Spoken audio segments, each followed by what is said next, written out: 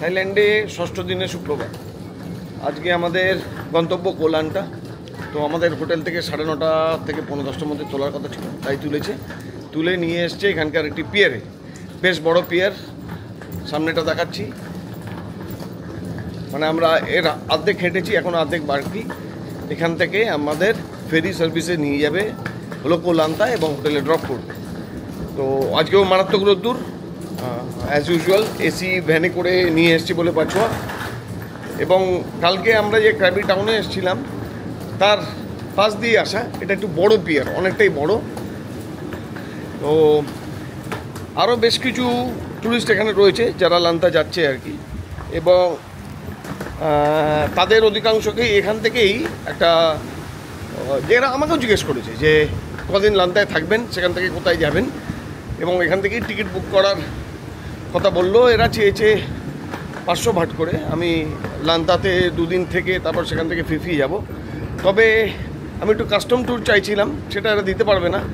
এরা বলল যে 500 ভাট নেবে, আমাকে লান্তার হোটেল থেকে তুলবে, ফেরি সার্ভিস করে আমাকে ফিফিতে পৌঁছে দেবে এবং ফিফিতে হোটেল ড্রপ করবে 500 ভাট। তো আমি একটু এই ব্যাপারটা কাস্টম হলে আমার পক্ষে সুবিধা হতো। তো ওখানে গিয়ে দেখি যদি এর সাথে মায়াবেগ আমি কভার করে নিতে পারি, তাহলে আমাকে মায়াবী ফিফির যে আলাদা ট্যুরটা হয় সেটা আলাদা করে নিতে হয় না। কিন্তু এরা বললো যে মায়াবী ফিফির ট্যুরে আগে ফিফি যায়, পরে মায়াবে যায়। তো যদি উল্টোটা কেউ করে সেটা হলে হয়তো আমার পক্ষে কনভিনিয়েন্ট হবে।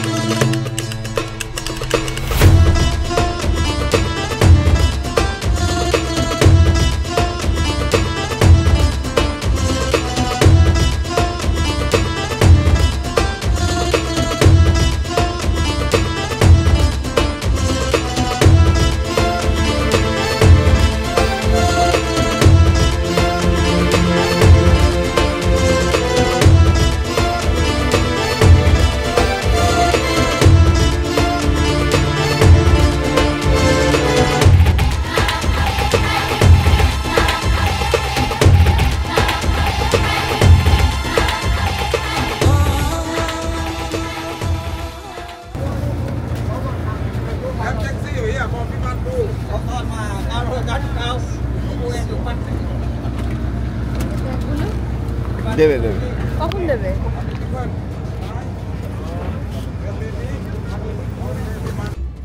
আমাদের ফেরি এসে পৌঁছেছে কোজুম।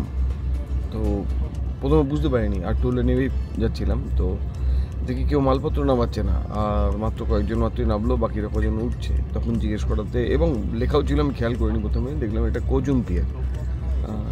তারপর গুগল ম্যাপ খুলে দেখি এখনও বেশ কিছুটাই দূরত্ব বাকি আছে। ওরা কিন্তু আমাদের পৌঁছানোর টাইম বলেছিল 12:15 নাগাদ, কিন্তু এখন তো বাজে প্রায় 1টা, এবং গুগল ম্যাপে যতটা দূরত্ব দেখছি তারও আধ ঘন্টা তো অন্তত পক্ষে লাগার কথা।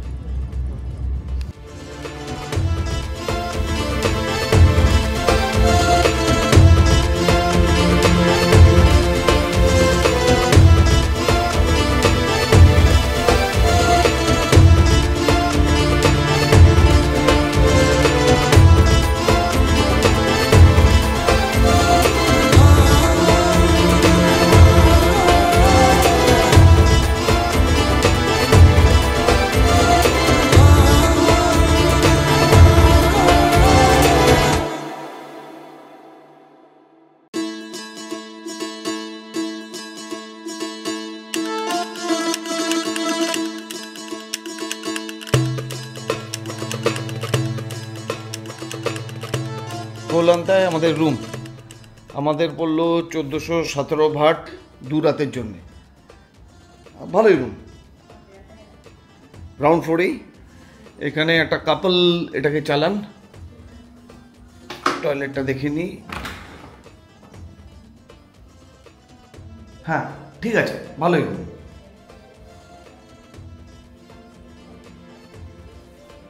ইলেকট্রিক কেটল আছে, রেফ্রিজারেটর আছে, এখানে একটা মিরর আর তার সাথে এসি। এটা ইনফ্যাক্ট 4 বেডেড রুম।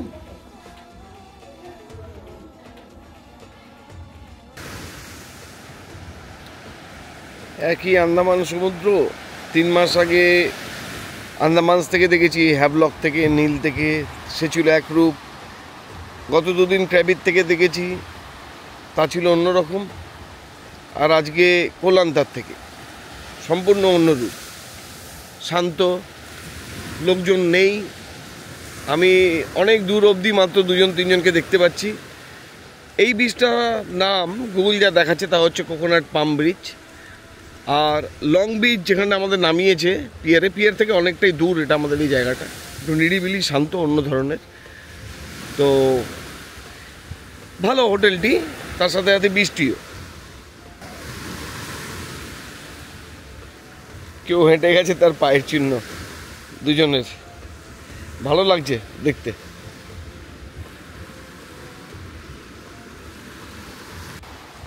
এই হোটেলটি একটি কাপল চালান। খুব বেশি টুরিস্ট এই মুহূর্তে হোটেলেও আছে বলে মনে হলো না, বা যদি তারা থাকেও এই মুহূর্তে হোটেলে নিয়ে বেরিয়েছে হয়তো।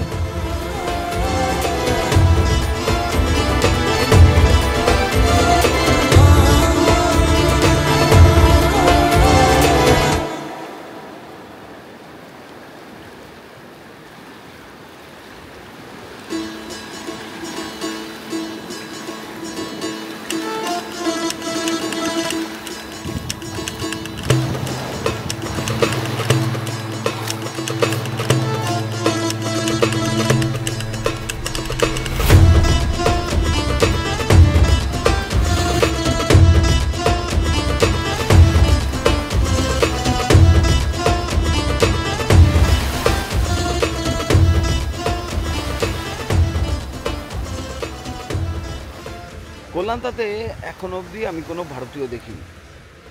যে ফেরি সার্ভিসে আমরা এসেছি তাতেও কেউ কোনো ভারতীয় ছিল না। আর এখানে আসার পরেও বিচেও অনেকক্ষণ হাঁটাহাঁটি করলাম, আমি কোনো ভারতীয় দেখিনি। তো ভারতীয়দের জন্যে হয়তো এটা খুব একটা পছন্দের ডেস্টিনেশন নয়, কারণ এই জায়গাটা একদম যাকে বলে লেড ব্যাক হলিডের জায়গা। এক্স্যাক্টলি তাই, শান্ত শিষ্ট, একদম কি বলবো, কাম কোনো হলিডে যদি কাটাতে হয় তাহলে কোলান্তা হয়তো তাদের পক্ষে সবচেয়ে ভালো স্যুট করে। ক্র্যাবিতে যে উত্তাল নাইট লাইফ, তাছাড়াও সারাদিনের একটা ব্যস্ততা, রাতে কখন ক্র্যাবি শুতে যায় তারও কোনো ঠিক নেই, কারণ মাঝরাতে উঠে আমি তখনও দেখেছি ডিজের আওয়াজ পাওয়া যাচ্ছে। একদম বিপরীত জায়গায় কোলান্তা।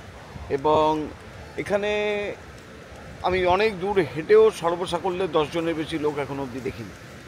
তো কিন্তু এই জায়গাটা আরেকটা জিনিস আমাকে মনে করিয়ে দিল যে আমি নীল গিয়েছিলাম ডিসেম্বর মাসে, নীলের সাথে খুব খুব খুব মিল আছে এই জায়গাটা।